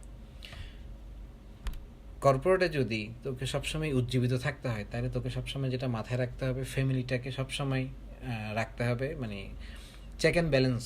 আমি জবের জন্য ফ্যামিলিকে দূরে সরায় রাখবো অথবা ফ্যামিলিকে লেস প্রায়োরিটি দেবো, এটা যদি আমরা করি তাহলে একটা সময় আমরা জব থেকে দূরে সরে যাব। সো এটা খুব ইম্পর্টেন্ট। আর তোর যে প্রশ্ন ছিল আসলে এ টিম, এটাকে যদি পার্সন হয়, আসলে স্পেসিফিক কোনো পার্সন নাই। আমি যদি একটা টিমে কাজ করি, সবাই আমার জন্যে ভালো। তবে আমার এখানে একটা আইডিওলজি আমি সবসময় কাজ করে আসছি, এটার জন্য আমি আসলে লাইফের অনেক আপস অ্যান্ড ডাউনও পাইছি। আমি একটু শেয়ার করি, এটা দরকার এগুলো কর্পোরেটে যারা কাজ করবে। ফর এক্সাম্পল, আমার টিমে হয়তো 7-8 লোক কাজ করি, তারা সবাই আমার টিম। তো এই 7-8 জনের মধ্যে আমাদেরকে তো মার্কিং করতে হয়, র্যাঙ্কিং করতে হয় বেসড অন দেয়ার পারফরমেন্স। তো পারফরমেন্সের উপর বেসড করে আমি যদি কাউকে র্যাঙ্ক 1 করি আর কাউকে র্যাঙ্ক 8 করি, ইট ডাজন্ট মিন দ্যাট যে আমি যাকে 8 করছি তাকে আমি কম পছন্দ করি, অথবা যাকে 1 করছি তাকে আমার বেশি পছন্দ হয়, অথবা সে আমার ইউনিভার্সিটির ছোট ভাই এই জন্য তাকে আমি উঠাই দিলাম। অ্যাটলিস্ট আমি আমি বুকে হাত রেখে এই কথা বলতে পারবো, আমি আমার লাইফে এই কাজটা আমি কখনো করি নাই। এবং করি নাই বিধায় আমি আমার লাইফে যতগুলো জব করে আসছি সব জায়গা থেকে আমি মোটামুটি খুব সম্মানজনকভাবে চাকরি করে আসছি, সম্মানের সাথে কাজ করে আসছি এবং সম্মানের সাথে বিদায় নিয়েও আমি আসতে পারছি। এটা খুব ইম্পর্টেন্ট। চাকরির বায়াসনেসটা আসলে মানুষের একটা বাইবর্ন একটা হ্যাবিট বা নেচার থাকবে, কিন্তু এটা কন্ট্রোল করা খুব উচিত। স্পেশালি যখন জবে যাব, আমার সফট কর্নার থাকবে অবশ্যই আমার ডিপার্টমেন্টের ছোট ভাই বোনদের জন্য, বা আমার সফট কর্নার থাকবে আমার ইউনিভার্সিটির প্রতি, বাট সফট কর্নারটা শুড বি লিগ্যাল এবং ভ্যালিড। তো সেই ক্ষেত্রে আমি যখন একটা সিভি বাছাই করব, অথবা আমি যখন আমার সামনে যখন একজন ভাই বা একজন ক্যান্ডিডেট বসবে, আমাকে ভুলে যেতে হবে যে আমি ওই ইউনিভার্সিটির অমুক জায়গার ছাত্র ছিলাম বা সে আমার জন্য খুব special, not like that. But হ্যাঁ, তাদেরকে গ্রুমিং করার জন্য যদি আমার কিছু করা লাগে সেটা আমি অবশ্যই করব। তো এটা খুব ইম্পর্টেন্ট। আমি এটা ব্যক্তিগতভাবে ফেস করে আসছি বিভিন্ন জায়গায়, যে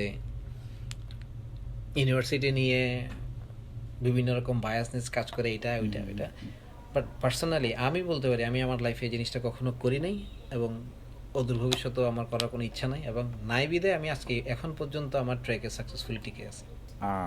হ্যাঁ ভাইয়া। এটা খুবই ইম্পর্টেন্ট। জি, আমি বলতে চাচ্ছিলাম যে হ্যাঁ, আর মানে থাকে না যে আরেকটা মেসেজ, জি হ্যাঁ আরেকটা ছোট্ট মেসেজ তোর মাধ্যমে আমি যেটা দিতে চাই, এটা আবার আমার স্পেশালি আমাদের ইউনিভার্সিটির আমার ছোট ভাই বোনদের জন্য এটা খুবই গুরুত্বপূর্ণ মেসেজ। আমার 10-11 বছরের কেরিয়ার আমরা যেটা দেখে আসছি, একটা পয়েন্ট হচ্ছে চিটাং ইউনিভার্সিটি হচ্ছে খুব সুন্দর একটা প্রাকৃতিক মনোরম পরিবেশে পড়াশোনার ব্যবস্থা, এবং এই পরিবেশে গিয়ে অনেকে ভুলে যায় যে আমাকে 5 বছর পরে কর্মজীবনে যাইতে হবে।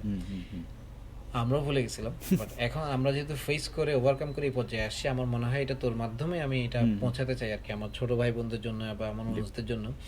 সেটা হচ্ছে ইউনিভার্সিটি লাইফের প্রবেশ করার প্রথম 2 বছরের মধ্যেই ঠিক করে ফেলতে হবে আমরা আসলে কোন ট্রেকে যাব বা যেতে চাই। আমরা বিশেষ করে আমি যদি বলি চিটাং ইউনিভার্সিটির ক্ষেত্রে মোস্ট অফ দ্য স্টুডেন্ট যেটা করে, তারা অনার্স শেষ করে যখন মাস্টার্সের পরীক্ষা দেওয়ার সময় আসে তখন তারা চিন্তা করে, ও আচ্ছা আমার তো বিসিএস এর জন্য পড়াশোনা করা উচিত, আমার ডিআরই জিমেট টোফেল করা উচিত, অথবা আমার একটু চাকরির জন্য বিভিন্ন ওয়েবসাইট ঘাটা উচিত। এই জিনিসটা আমার মনে হয় কি সবচেয়ে বড় ভুল, বিশেষ করে আমার চিটাং ইউনিভার্সিটির যারা স্টুডেন্ট আছে। স্টেপ 1 হচ্ছে ফার্স্ট ইয়ার শেষ, আমাকে চিন্তা করে ফেলতে হবে আমি কোন জায়গায় যাব, এবং সেকেন্ড ইয়ার থেকে আমাকে ওই লিঙ্কগুলোতে আস্তে আস্তে কাজ করা শুরু করতে হবে। এভাবে যদি কেউ চিন্তা করতে পারে, আমার মনে হয় পিছনে ফিরে তাকানোর কোনো সুযোগ নেই। এই ল্যাকিংসটার কারণে, এই নেটওয়ার্কিং এবং কমিউনিকেশন গ্যাপটার হওয়ার কারণে চিটাং ইউনিভার্সিটির ছেলেপেলেরা একটু পিছিয়ে থাকে। হ্যাঁ, আমার ব্যক্তিগত মতামত। ল্যাক অফ কমিউনিকেশন আমার কাছেও খুব চোখে পড়ার মতো মনে হয়েছে। দেখেন, আমরাও কিন্তু যখন ভার্সিটি শেষ করে ঢুকতেছি তখন মাত্র আপনাদেরকে চিনতেছি, কেন আমরা আগেই চিনতাম না, তাই না? তো এখন যদি এরকম একটা প্ল্যাটফর্ম হয় মানে যেখানে সবাই সবাইকে ইন্টারেক্ট করে বা একটা জায়গায় যদি সবার একটা কমিউনিকেশন প্লেস থাকে, আমরা কিন্তু অন্য ভার্সিটির ক্ষেত্রে এটা দেখি। ইভেন খুব কাছে হুম হুম হুম নোয়াখালী ইউনিভার্সিটি প্রযুক্তি বিশ্ববিদ্যালয়ের যে অ্যালামনাই আমি দেখছি আর কি, মানে তাদের হুম যে হুম স্ট্রং বন্ডিং, আমাদের সেই কেমিস্ট্রির বন্ডিংটা। আমার ছোট বোন নোয়াখালী বিজ্ঞান ও প্রযুক্তিতে পড়ে, আমি দেখছি তাদের যে কমিউনিকেশন গুলো জি, অসাধারণ। আমি কাছেরটাই বললাম অথচ আর কি। নোয়াখালী হ্যাঁ, বিজ্ঞান ও প্রযুক্তি, হ্যাঁ, একদম অজপাড়াগাঁয়ে একটা ইউনিভার্সিটি, অনেক পরে খুব রিসেন্ট, শুরু হয়েছে না 2010 কি মাত্র সাত, সেই মাত্র সময়। 8 কি 9 বছর এরকমই মনে হয়। হুম। তো সেই সময়ের পরে দেখেন আমিও ভর্তি পরীক্ষা দিইনি ওখানে, কারণ মানে জানতামই না যে ওইটায় কোনো ইয়ে আছে, হয়তো আমাদের সময় থেকে শুরু হুম হচ্ছিল আর কি। তো তাদের হুম যে স্ট্রং কমিউনিকেশন, ইভেন আমি যে এপিসোডগুলো দিচ্ছি আর কি, সেগুলোতে যে হুম হুম রেসপন্স দেখি মানে একটু অবাক হই যে হুম আমি আরো এক্সপেক্ট করি যে আরো হয়তো রেসপন্সটা আসবে ছোট ভাই বোনদের থেকে। হুম হুম হুম বাট হয়তো তাদের ইচ্ছা বা ইয়েটা আর একটু কি জানি মানে একটু অন্যরকম, হয়তো হুম। আমরা ওইটা ইয়ে করতে পারতেছি না আর কি, তাদের নোটটা ধরতে পারতেছি না। তো হয়তো ওই যে তরুণ প্রজন্মের কাউকে নিয়ে আসলে বুঝতে পারবো, দেখি আমরা হয়তো একেবারে ছোটদের থেকে এখনই ইন্টারে সরি যারা ফোর্থ ইয়ার বা মাস্টার্স দিচ্ছে তাদের থেকে জানতে চাইলে হুম হুম হুম, হয়তো বুঝতে পারবো আর কি। ডেফিনেটলি। তো আহ, এবং জি আজকে তোর এই প্রোগ্রামে আসার পিছনে আমার একটাই কারণ ছিল, জি জাস্ট আমার এই যে মানে অব্যক্ত ভাষাগুলোকে প্রকাশ করা, যে জি আমি যা দেখছি, আমি যা দেখছি আমার ইউনিভার্সিটির প্রতি, আমার ডিপার্টমেন্টের প্রতি আমার যে সফট কর্নারগুলো আছে এবং তাদের যে লেগিংসগুলো আমার চোখে পড়ছে, আমি যদি তোদের মাধ্যমে যদি এটা আমি একজন ব্যক্তির কাছেও যদি পৌঁছাইতে পারি এবং সে যদি এটাতে উপকৃত হয়, আমার মনে হয় আমার এইটুকুই চাওয়া পাওয়া। এটাই এই কারণেই আমি আজকে তোর সাথে কথা বলতে রাজি হয়েছি, বাট আমি খুবই আসলে প্রচার বিমুখ। ভাইয়া এখনো প্রায় মানে অনেকটা সময়, প্রায় এখন কম্বোডিয়াতে 10টা 30 বাজে। তো সেই সময়টাও হুম ভাইয়া হুম যে কষ্ট করে কথা বলছেন আমাদের জন্য, এটার জন্যই আপনার কাছে খুব কৃতজ্ঞ। এবং মেসেজগুলো যে কি ইম্পর্টেন্ট এটা তো আসলে যারা এই লাইনে আছে, আমার মনে হয় যারা চাকরি জীবনে ঢুকবে তাদের জন্য মেসেজগুলো আরো বেশি ইম্পর্টেন্ট। তো আপনি বলছিলেন যে চেক অ্যান্ড ব্যালেন্স করা, আমি নিজেও যেহেতু আপনার পরে অনেক পরে শুরু করলাম এবং আমিও বুঝি যে চেক অ্যান্ড ব্যালেন্স করাটা কতটা ডিফিকাল্ট। আপনি আসলে কিভাবে ভাইয়া এই জিনিসটা চেক অ্যান্ড ব্যালেন্স করেন, বা আপনি যখন ফরেন কান্ট্রিতে গেলেন তাদের মধ্যে আহ, পার্থক্য এবং আমাদের প্রফেশনালিজমের পার্থক্যটার মধ্যে কি কোনো তফাৎ পাইছেন কিনা, তারা কিভাবে করে? খুবই গুরুত্বপূর্ণ, খুবই গুরুত্বপূর্ণ এবং খুবই হচ্ছে যুগোপযোগী একটা প্রশ্ন। জি আমি যদি ছোট্ট কিছু এক্সাম্পল দিই, আমি বাংলাদেশে চাকরি করলাম এবং আমি এখন কম্বোডিয়াতে চাকরি করতেছি। বেসিক যে পার্থক্যটা, আমি যদি একদম খুব ছোট্ট করে বলি, যদিও অনেক সময় হয়ে গেছে, একদম ছোট্ট করে বলি, আজকে আমার একজন কলিগের, সে তার ওয়াইফকে নিয়ে কোনো একটা রেস্টুরেন্টে খেতে যাবে, জাস্ট এক্সাম্পল বলতেছি, খেতে যাবে, এটা তার প্ল্যান আছে, দুনিয়া উল্টে যেতে পারে, সেটা চেঞ্জ করবে না। এর জন্য দরকার হলে সে সকালে 1 ঘন্টা আগে আসবে, সে খুব দ্রুত কাজ করবে, অথবা সে কাউকে ডেপুটাইজেশন করে যাবে, কিন্তু সেটা করবেই। এই কথা বলার উদ্দেশ্য হচ্ছে, আমি একটা কথা সবসময় বলি, আমাদের এত কষ্ট করা, আমার দেশের বাইরে আসা, অথবা তো ডিফারেন্ট ট্র্যাক চুজ করা, অথবা হোয়াট এভার ইট ইজ, আমরা সব করতেছি কিন্তু ফ্যামিলির জন্য। তো দিন শেষে যদি আমি সেই ফ্যামিলিকেই সময়টা না দিলাম, তাহলে আমার এত কষ্ট করার তো কোনো কোনো দরকার ছিল না, কোনো মিনিংলেস, জি তাই তো? রাইট। তাহলে সেক্ষেত্রে অবশ্যই ফ্যামিলি প্রায়োরিটি ফার্স্ট। এই ভুলটা আমিও করছি আমার কেরিয়ারের লাস্ট, আমি যদি বলি যে 4-5 বছরে অনেক সময় এমনও দিন গেছে যে সব কিছু একদিকে, আগে চাকরি বাঁচাই, হ্যাঁ হ্যাঁ হ্যাঁ হ্যাঁ বাট এটা হওয়া উচিত না। কারণ হচ্ছে কি, আমার ফ্যামিলির জন্যই সব কিছু করা, আমার ফ্যামিলি যদি না থাকে তাহলে আমি কার জন্য এত কিছু করবো? অবশ্যই চাকরির প্রতি আমার দায়বদ্ধতা থাকবে, প্রফেশনালিজম থাকবে, হয়তো সব দিন এক যাবে না, কোনো দিন আপস অ্যান্ড ডাউন থাকবে, সবই ঠিক আছে। কিন্তু এইটা যদি আমার মনে চলে আসে যে আমাকে এটাই ফার্স্ট প্রায়োরিটি দিতে হবে, আমি আমার ফ্যামিলি পরে চিন্তা করব, এটা হচ্ছে জীবনের সবচেয়ে বড় ভুল। এটা কখনোই করা যাবে না, অ্যাটলিস্ট আমি বিলিভ করি। এবং আমি এখানে এসে যেটা দেখলাম, এরা এরা হচ্ছে 8 ঘন্টা কাজ করে, মানে 8 ঘন্টা জেনুইন কাজ করে, কিন্তু এই 8 ঘন্টার পরে তারা জীবনটাকে খুবই এনজয় করে, এবং যে কারণে এরা সবসময় খুব চেয়ারফুল থাকে, খুবই চেয়ারফুল। এবং সবচেয়ে ইম্পর্টেন্ট একটা একটা ছোট্ট ইস্যু না বললেই না, যেটা আসলে খুবই ইন্টারেস্টিং, এটার কারণে আছে আমি আমার কোনো একটা জব লাইফের কোনো একটা সময়ে খুব হাসির পাত্র হয়েছিলাম। আমি একবার বলছিলাম যে আমাদের তো নর্মালি অফিস আওয়ার প্রায় 8 থেকে 10 ঘন্টা, 12 ঘন্টা, 14 ঘন্টা আমরা কাজ করি।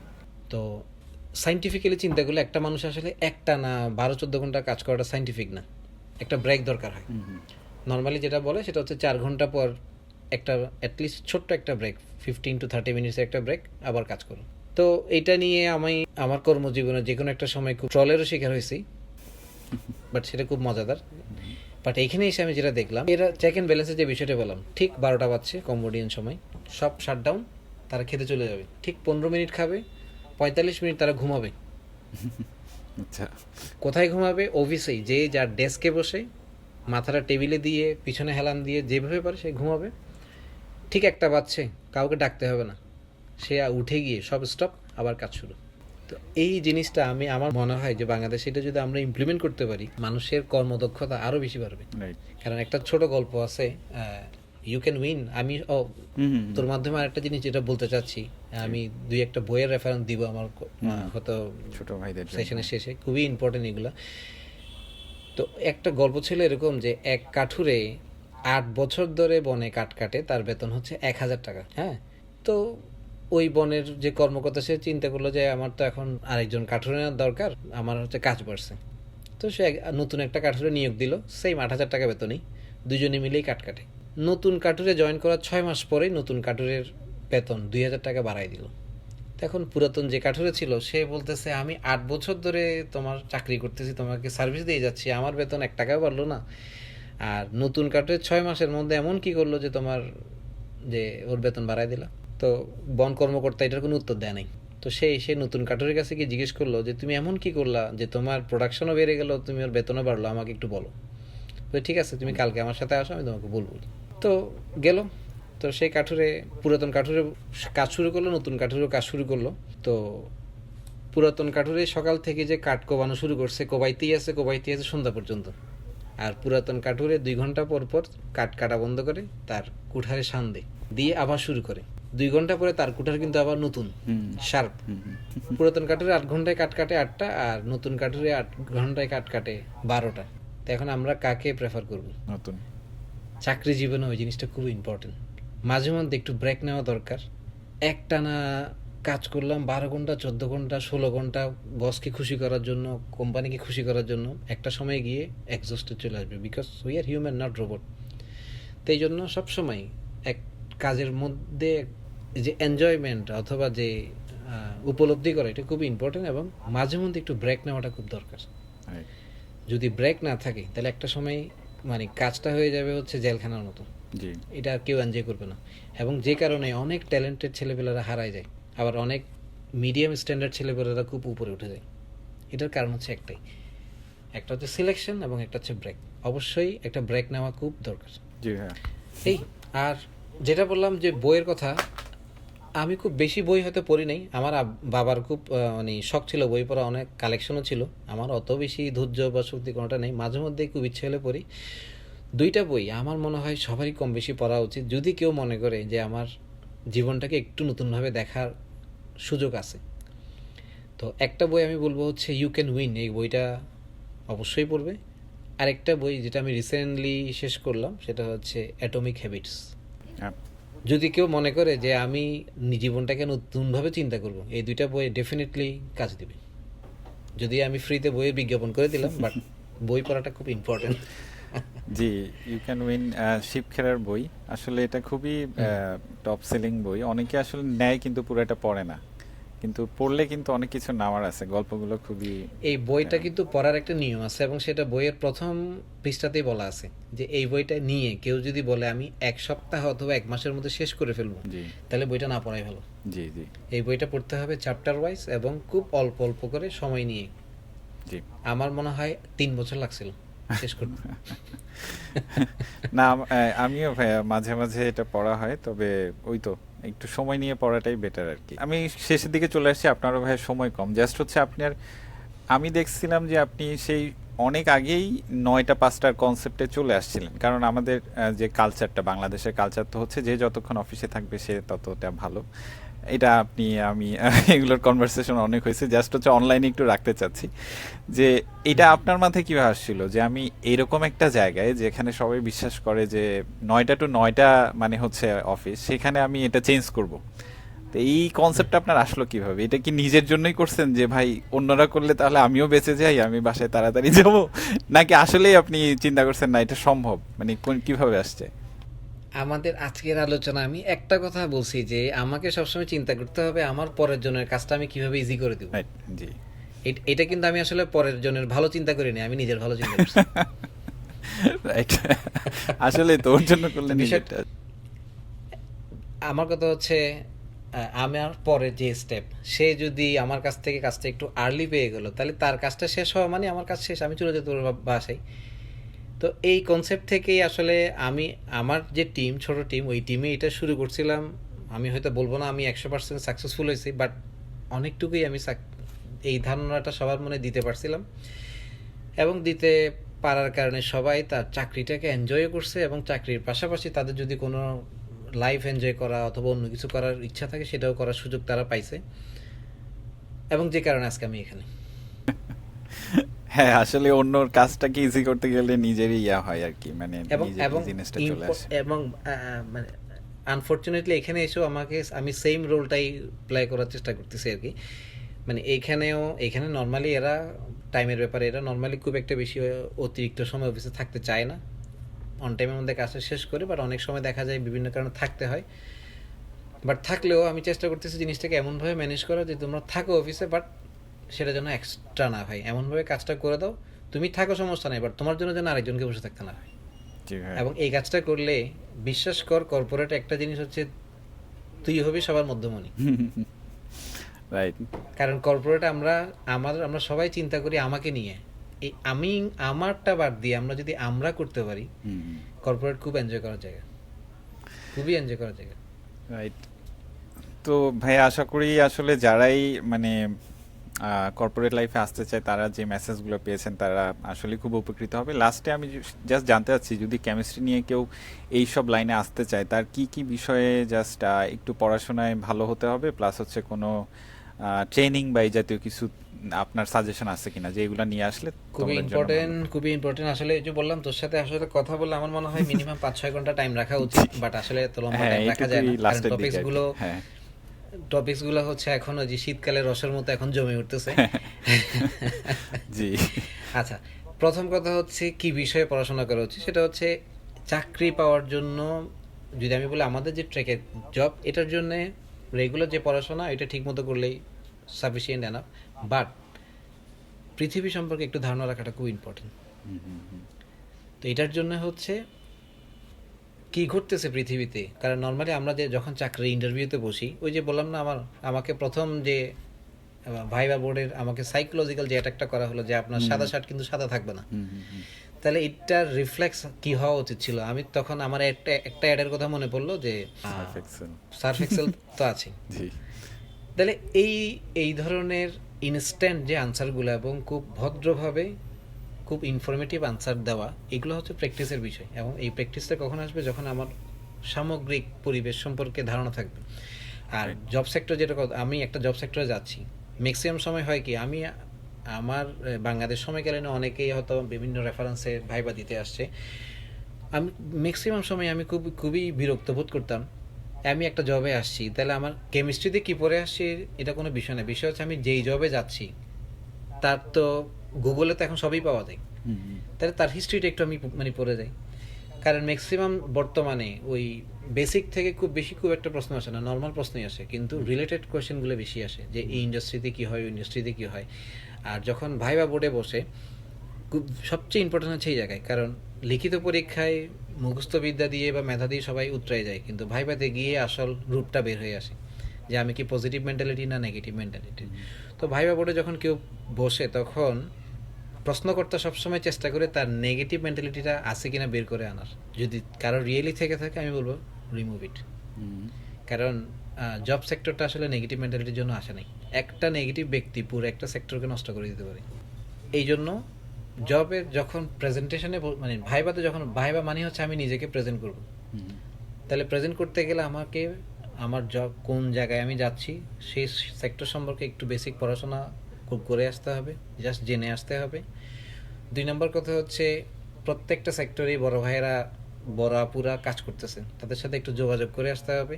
যাবো আমি তো কালকে ভাইবা, তাহলে আমি কি কি ধরনের প্রিপারেশন নিতে পারি। এটা নট লাইক যে আমি আসো আমি তোমাকে চাকরি দিয়ে দিচ্ছি, এরকম না। আমি যাদেরকে আমার চাকরি জীবনে রেফার করা কিন্তু খারাপ কিছু না। একটা অপরচুনিটি আছে, আমি গ্রুপে দিছি, ভালো সিভি পাইছি, আমি রেফার করছি। বাট রেফার করার সময় একটা কথা বলে দিছি, এইটুকুই আমার কাজ, বাকিটা তুমি নিজেকে প্রুভ করবা। তবে তোমার এই টিপসগুলো মেনটেন করবা। তুমি কীভাবে কথা বলবো তোমাকে হয়তো জানতে চাইবে। অনেক সময় দেখা যায় কি, যারা বিশেষ করে এক্সপেরিয়েন্স এমপ্লয়ি, যারা কলিগ যারা আছে, তুমি আগের জবটা কেন ছাড়তেছো? আরে আগের জবটা এখানে কাজ করা যায়, 18 ঘন্টা ডিউটি করাই, এই করে না সেই করে না। No. জি এই ধরনের কথাবার্তা বলা, এবং ম্যাক্সিমাম ক্ষেত্রেই ভাইবার থেকে ঝরে যায় এই সমস্ত কারণে। এই ছোটোখাটো জিনিসগুলো যদি কেউ মাথায় রাখে, কোনো বিষয় না। কারণ বেসিক পড়াশোনা করে আসছে, ওইটুক নলেজ সবারই আছে। ম্যাক্সিমাম হচ্ছে আউট নলেজ যেটা, সেটা কেউ গ্যাদার করে আসে না, আর প্রোফাইলটা পড়াশোনা করে আসে না। এই দুইটা জিনিস খুবই ইম্পর্টেন্ট। আর একটা হচ্ছে ফ্রেশদের জন্য না, এটা হচ্ছে যারা এক্সপেরিয়েন্স কলিগ তাদের জন্য আমি যেটা বলবো, অথবা আমার যারা ছোটো ভাই বোনেরা যারা 4-5 বছর চাকরি করছে, নিয়মিত সিভিটাকে একটু আপডেট করা। কারো যদি মনে হয় যে হ্যাঁ আমি জবটা সুইচ করবো, কারণ আমার জীবনে আমি যতগুলো জব চাকরি অফার পাইছি সবগুলো হচ্ছে সিভি আপডেট করার পরে। ট্রেডিশনাল সিভি সাবমিট করলে কেউ ডাকে না, যখনই সিভি আপডেট করে নতুন কিছু অ্যাড করছি, বাটার থেকে আমি ডাক পাইছি, সেম সিভি আপডেট করছি।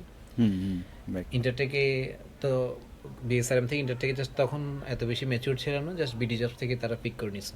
বাটারটা আমার কাছে মনে আছে, কারণ হচ্ছে আমি চেষ্টা করতেছি একটু ট্র্যাক চেঞ্জ করবো। জাস্ট সিভিটা আপডেট করে ছাড়লাম, ডাক পাইছি। এতদিন কোনো ডাক নাই, হয়তো কপালও ছিল, বাট এটা খুবই ইম্পর্টেন্ট, সিভিতে আপডেট ইনফরমেশন রাখা। অনেক সময় কারো কাছে ছোটো ভাইদের কাছ থেকে আমি চাই যে সিভি দেই, সিভি দিছে, সিভির মধ্যে রেফারেন্স লিখে না, তারপর দেখা যায় কি বানানের ভুল থাকে।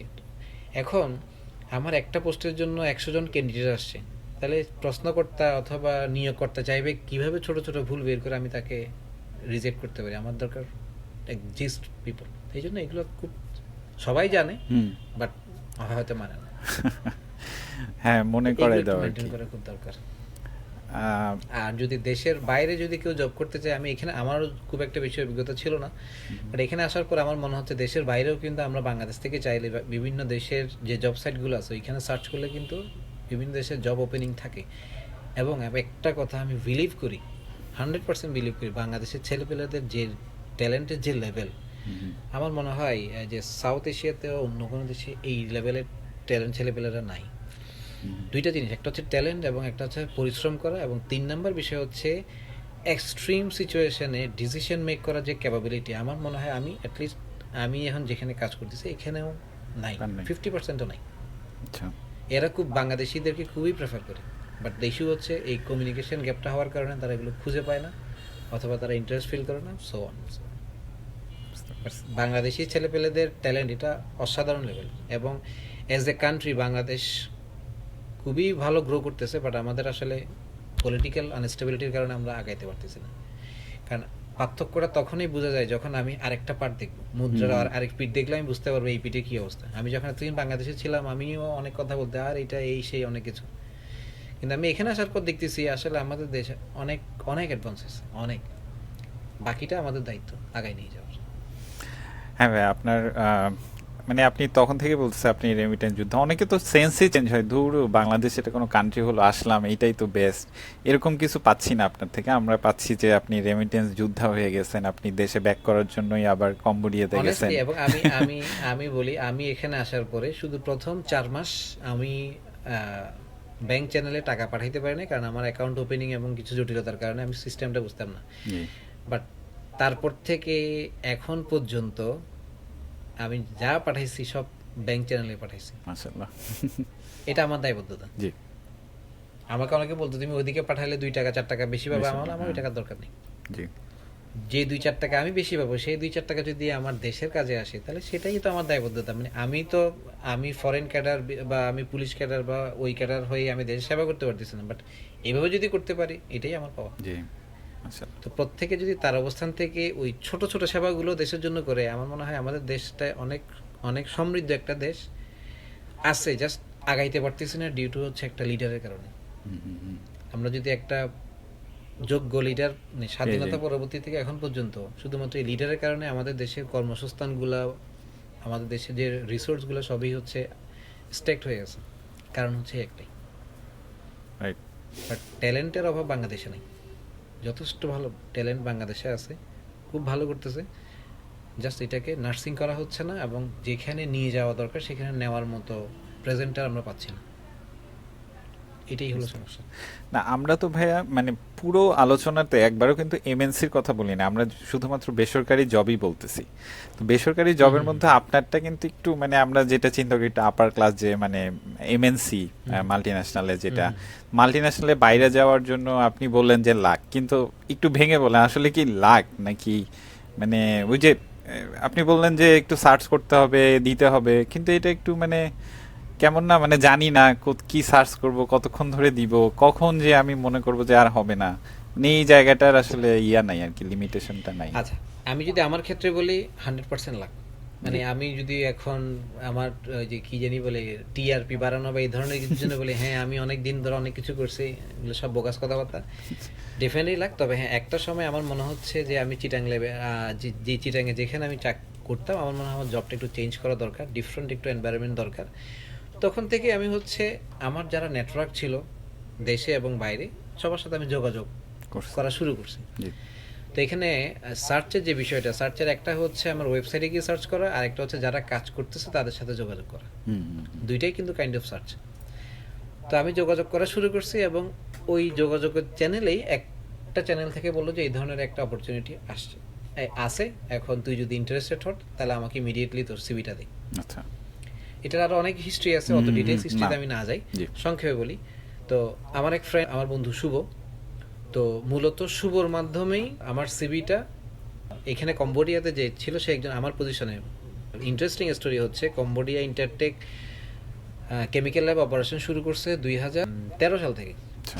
এবং 13 সাল থেকে আজকের দিন পর্যন্ত কেমিক্যাল ল্যাবের ম্যানেজার ছিল সবসময় বাংলাদেশি। আমি হচ্ছি 1 2 3 4 চতুর্থ বাংলাদেশি যে এখনো পর্যন্ত এই পজিশনটা ধরে রাখছে। মাশাআল্লাহ। এখনো পর্যন্ত এই পজিশনে অন্য কোনো দেশ থেকে কেউ আসেনি। এসে লিড দিতে পারেনি। So it's matter of proud জি। যে আমরা বাংলাদেশিরা মাশাআল্লাহ। একটা জি। ভিন্ন দেশের একটা অর্গানাইজেশনের 10 বছর যাবত আমরা লিড দিয়ে যাচ্ছি। আমার আগে যিনি ছিলেন 6 বছর, তার আগে যিনি ছিলেন উনিও 6 বছর, তার আগে যিনি ছিলেন উনি সম্ভবত 1.5 বছর ছিল, এরকম। তো নেটওয়ার্কটা তো এভাবে হয়। এই যে আজকে যেমন তোর সাথে আমার আলোচনা, টিভি সেটা জানলি, তো আমার যদি কখনো এখানে অন্য কোনো জায়গায় যদি এই ধরনের অপরচুনিটি থাকে তাহলে হয়তো আমি তোরে নক করবো, অথবা right. যারা যারা আছে রিলেটেড আছে শুনলাম, তাদেরকে হ্যাঁ। নক করবো। জি। তো তারা ইন্টারেস্টেড হলে তারা আসবে, অথবা তারা যোগাযোগ করবে, এভাবে করে আস্তে আস্তে নেটওয়ার্কটা বড় হয়। আমরা যদি একজন আরেকজনকে যদি সাপোর্ট না করি তাহলে তো আমাদের নেটওয়ার্কটা বড় হবে না। জি। আমাদের দুর্বলতা সবসময় দুর্বলতাই থেকে যাবে, আমাদের দুর্বলতাটাকে স্ট্রেংথে কনভার্ট করতে হবে, এবং এটার জন্য নেটওয়ার্কিংটা খুব ইম্পর্টেন্ট, এবং Nice. মেসেজটা কনভে করতে হবে। জি আর হ্যাঁ। অনেকগুলো গ্রুপ কাজ করতেছে বাংলাদেশে, অনেকগুলো গ্রুপ, আমি নিজে অনেকগুলোতে কানেক্টেড আছি, বাট আমি খুব একটা বেশি অ্যাক্টিভিটি দেখি না ওখানে। জি। অনেক সময় দেখা যায় আমিও ইনঅ্যাক্টিভ হয়ে যাই। তো এই জায়গাটাতেই হচ্ছে সবচেয়ে বেশি ডেভেলপ করার জায়গা আছে। জি। আর একটা বিষয় যেটা শেষে বললাম, যে পড়াশোনা করছি জ্ঞান অর্জনের জন্য বা যে কোনো কারণে করছি, বাট চাকরি কেন করতে হবে, কেন আমরা উদ্যোক্তা হইতে চাই না, এটা একটা প্রশ্ন থাকলো। এটার উত্তর আসলে আমি দিব না, কারণ আমি যেহেতু এখন চাকরি করতেছি, তবে আমি উদ্যোক্তা হওয়ার চেষ্টা করছি, জি। কাজও করছি, বাট সামহাও আপাতত সেটাকে পোস্টপোন করে আমি এখানে আসতে হয়েছে। বাট ভিতরে এখনো এটা উদ্যোক্তার active বীজ আছে। বপন করে আসছেন আর কি। বপন মানে উদ্যোক্তার বীজটা বপন করছি, গাছটা এখনো বড় হয়নি আর কি, হয়ে যাবে জি, ইনশাল্লাহ। তো ইনশাল্লাহ। আমার আরেকটা মেসেজ থাকবে, কারোর মধ্যে যদি এই ধরনের পটেনশিয়াল থাকে যে সে নিজে কিছু একটা করতে পারবে, ছোট হোক, জি। ছোট থেকেই তো আস্তে আস্তে বড় হয়, এটা খুব ইম্পর্টেন্ট উদ্যোক্তা হওয়াটা। কারণ আমি চাকরি করতেছি, আমি কিন্তু আরেকটা চাকরির ক্ষেত্র তৈরি করতে পারবো না। কিন্তু আমি যদি উদ্যোক্তা হই, কোথায় পড়াশোনা করছি এটা কোনো বিষয় না, উদ্যোক্তা হওয়ার জন্য সাইডটা টোটালি ডিফারেন্ট। এটার জন্য মন মানসিকতা লাগে, সাহস লাগে। বাট সাহস করে কেউ যদি তাইফের মতো সাহস করে যদি উদ্যোক্তা হওয়ার চেষ্টা করে, আমি খুব অ্যাপ্রিসিয়েট করি এটা। Thank you. তাহলে আজকে একটা উদ্যোগ থেকে কালকে সেটা 2টা, তারপরে সেটা 4টা, এভাবে করে বাড়তে থাকবে। জি। বাট আমি একটা চাকরি করতেছি, এই চাকরি কিন্তু একটা চাকরি ক্রিয়েট করবে না। জি।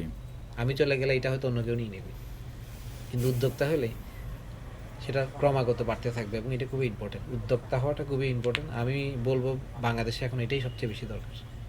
জি।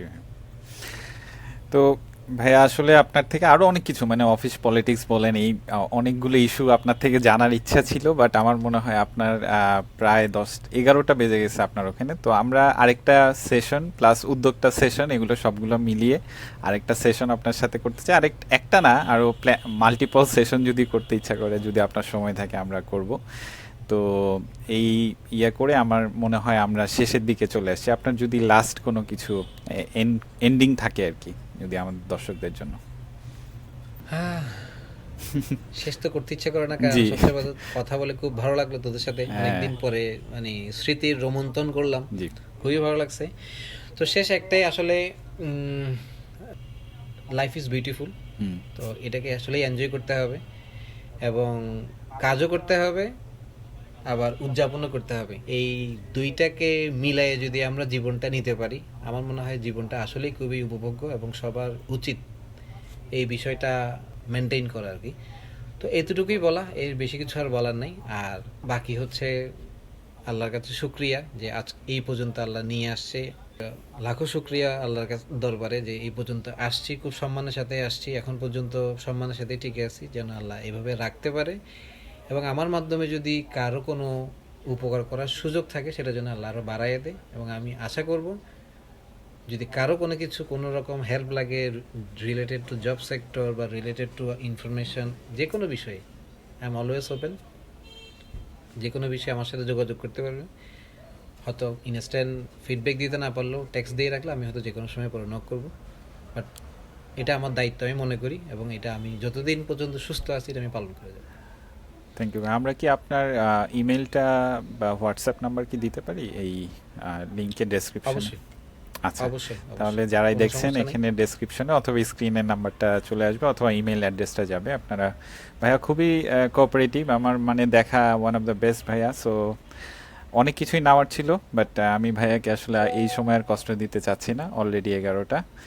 তো ভাইয়া ভালো থাকবেন, আমাদের জন্য দোয়া করবেন এবং নেক্সট এপিসোডের জন্য আবার একটু আমাদেরকে সময় বরাদ্দ রাখবেন আর কি। ইনশাআল্লাহ, জি। ইনশাআল্লাহ এপিসোড ছাড়াও কথা হবে ইনশাআল্লাহ তোর সাথে।